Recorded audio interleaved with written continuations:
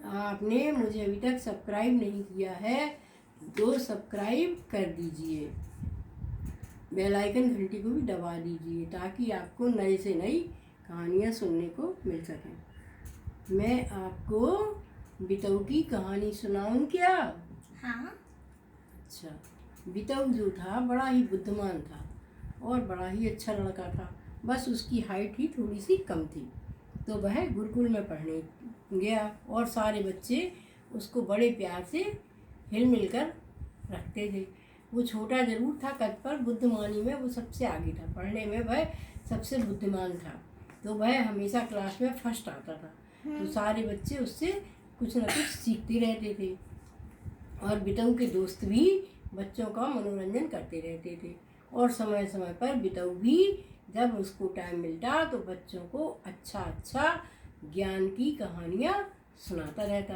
तो बच्चे बितऊ भाई करके बितऊ के संग ही आगे पीछे घूमते रहते थे। एक दिन क्या हुआ कि बितऊ ने सारे बच्चों को बुलाया और सारे बच्चों को एक कहानी सुनाने लगा।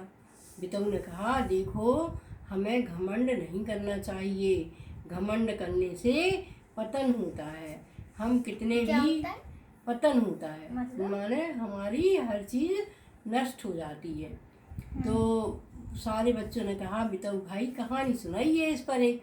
तो बितऊ ने कहा, देखो, हमें अच्छे कार्य करना चाहिए, सबका भला करना चाहिए, सबकी मदद करना चाहिए, बुजुर्गों की सेवा करना चाहिए, पेड़ पौधों को पानी देना चाहिए, पशु पक्षियों को अपने संग हिला मिलाकर खिलाना चाहिए। जैसे हम लोग यहाँ पर गुरुकुल में सारे ही पशु पक्षियों के संग हिल मिलकर एक होकर रहते हैं। तो बच्चों ने कहा, हाँ बहुत, ये तो ठीक है, पर आप कोई कहानी सुनाइए। तो बितऊ ने कहा कि मैं आज आपको एक गुलाब की कहानी सुनाता हूँ। एक बहुत अच्छा बगीचा था, उसमें कई तरह तरह के फूल खिले हुए थे। एक दिन उसमें एक नन्ही कली गुलाब की खिल गई। तो गुलाब की जैसी ही नन्ही कली थोड़ी सी बड़ी हुई तो उसमें से बहुत ही सुगंध आने लगी। चारों तरफ वातावरण अच्छा होने लगा। तो गुलाब ने कहा, ये इतनी सुंदर सुगंध कहाँ से आ रही है? तो उसने चारों तरफ देखा तो उसमें से ही बहुत प्यारी प्यारी सुगंध निकल रही थी और गुलाब के ऊपर भौरे मड़रा रहे थे। तो गुलाब को बड़ा अच्छा लगा, पर अच्छा लगने के संग ही उसको घमंड भी हो गया कि मैं इतने सारे फूलों में सबसे सुंदर हूँ और सबसे सुंदर मैं महकता हूँ हैं, और सभी लोगों इस फूल को तो बहुत सारे लोगों को देखना चाहिए। तो उसने कहा, क्या किया जाए? तो उसने कहा कि हवा, तुम थोड़ा सा तेज चलो, तुम तेज चलोगी तो मेरा पेड़ उखड़ जाएगा और तुम्हारी हवा से मेरा पेड़ बहता हुआ थोड़ी दूर चला जाएगा। तो हवा ने बहुत समझाया कि नहीं नहीं मनुष्य, तुम मट्टी में ही जन्म लिया है, तुम मट्टी में ही पैदा हुई हो और हवा और धूप से तुम खिली हो, इसलिए तुम्हें इन तीनों चीज़ों की तो बड़ी ही आवश्यकता होगी। अगर तुम अपने जड़ को छोड़ दोगी तो तुम मुरझा जाओगी। पर वो तो गुलाब, उसको तो बड़ा घमंड हो गया था कि मेरे से अच्छा सुगंध देने वाला कोई फूल नहीं है। तो उसने कहा, नहीं नहीं हवा भाई, मेरी बात मानो, मुझे और लोगों को भी देखना चाहिए। तो उसने कहा, ठीक है। तो उसने हवा थोड़ी सी तेज बहने लगी और जैसे ही हवा तेज चली तो वह गुलाब छोटा सा तो पेड़ था ही, वह जड़ से उखड़ गया और जड़ से उखड़ने के बाद ज़मीन पर गिर पड़ा। और जैसे ही गिरा तो धूप तेज थी तो उसका पानी सूखने लगा। अब उसको प्यास सताने लगी। उसने कहा, क्या किया जाए? तो वो बड़ा दुखी हुआ। उसने कहा कि देखो, मुझे थोड़ा सा घमंड हुआ और मैं पानी के लिए तरस रहा हूँ। और थोड़ी ही देर में उसके पूरे शरीर में जलन होने लगी। तो उसने कहा, मैंने अपनी ज़मीन मिट्टी को छोड़ दिया, इसलिए मेरे पूरे शरीर में जलन हो रही है, अब मैं क्या करूं?